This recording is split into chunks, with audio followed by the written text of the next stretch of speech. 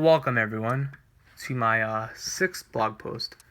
Today I will be talking about the Serial podcast.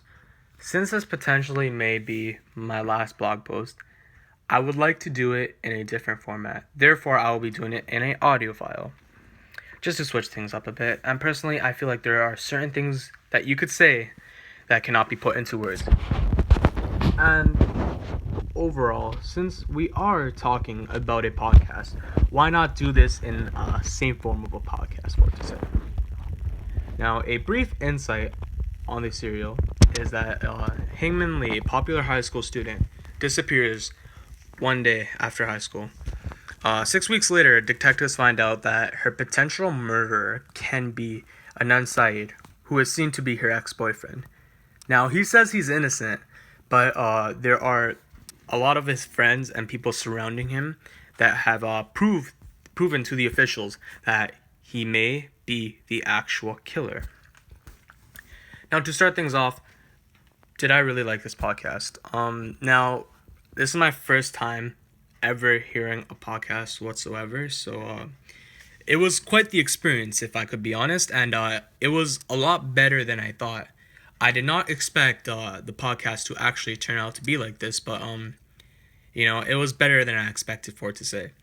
So personally, the reason why I liked it was that there's something new I found out about podcasts, and it's something we can relate towards novels as well. Is that the thing is that since a voice is just being shown, it's much different than visuals and pictures. You cannot see no pictures whatsoever since it's just one single voice presenting all the information. So just having just this one single voice presenting informations, it toys with my imaginations. And as any other human being, I start building pictures in my head of what actually took place, the high school, how Hae-min Lee or Adnan Syed may look like, So it's a different experience. It's the same experience that you receive from reading novels, where you start building pictures in your head and you start developing, a whole new world of how the story actually took place. Now, personally, I'm not a big fan of the way this investigation was presented in this format, but I really don't want to judge since it's only one episode. There's a whole season on the Serial podcast, and just judging off one episode, I don't feel like that's credible enough. Therefore, from what I've seen, I'm not a big fan of it. Say for an example, the first 10 to 15 minutes I started off from hearing the podcast, I did not understand a thing. It just wasn't coming to me. I did not know what was just going on. And after I read the brief plot insight they provided, and everything, and as the story started moving on, everything started to fall in place and it started to make sense. But I feel like it could have been said in a better form. But hey, who am I to judge? There's a whole series on this and it's pretty viral. So who knows? It may turn out to be better. Now, how the family may feel, personally, God forbid if any of my loved ones were to die, and their whole lifeline, their whole death, the whole tragedy would be presented and go viral out like this to the whole world. I personally feel like my own privacy will be violated, because this is someone who I loved, and this was someone who I grew up with, or who I raised, if I were to be the father, in a scenario, in the sense.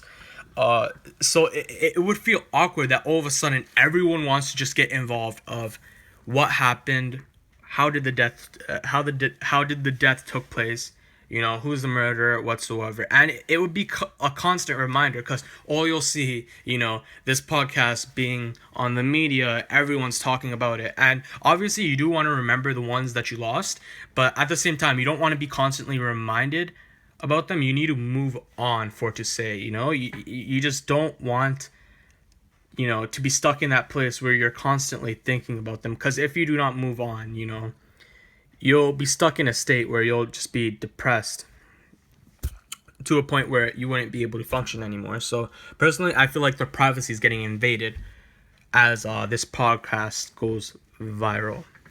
Now, listening to this, do I prefer reading or do I prefer listening to it itself? Now, we can compare podcasts to novels in the sense of audiobooks. Many people like buying audiobooks and then reading the book while they're hearing someone telling the story.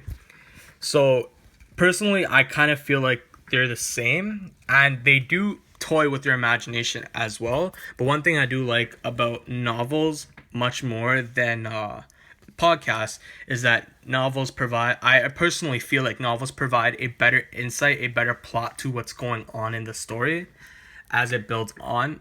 And technology may be developing, and everyone may be falling in love with podcasts, but personally I prefer reading books than hearing podcasts themselves.